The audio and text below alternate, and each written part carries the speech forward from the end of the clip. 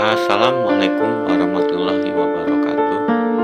Perkenalkan, nama saya Mukawan, guru fisika SMA Negeri 1 Beber. Oke sahabat fisika, pada materi hukum gerak Newton ini, apa aja sih yang akan kita pelajari? Nah, di bab ini kita akan mempelajari di antaranya berkaitan dengan hukum Newton itu sendiri, kemudian berkaitan dengan macam-macam gaya, dan juga aplikasi hukum Newton. Nah, hukum Newton itu sendiri itu ada tiga, ada hukum 1 Newton, hukum 2 Newton, dan hukum 3 Newton. Kemudian untuk macam-macam gaya yang akan kita pelajari, di antaranya ada gaya berat, gaya normal, gaya tegangan tali, dan gaya geser.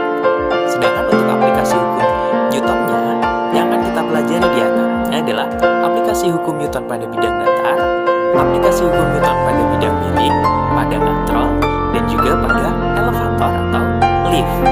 Nah, yuk kita bahas satu persatu. Kita mulai dari hukum gerak Newton.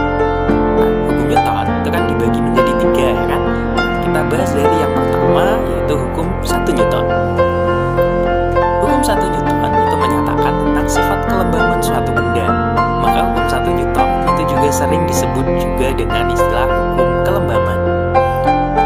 Nah, bunyi hukum 1 Newton itu bunyinya adalah suatu benda akan tetap diam atau akan tetap bergerak lurus beraturan atau GLB selama tidak ada gaya luar atau resultan gaya yang bekerja pada benda tersebut itu sama dengan 0.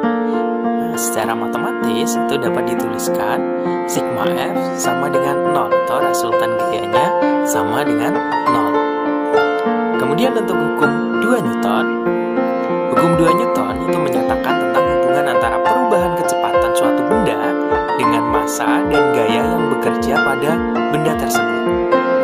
Di mana bunyi hukum 2 Newton itu menyatakan bahwa percepatan suatu benda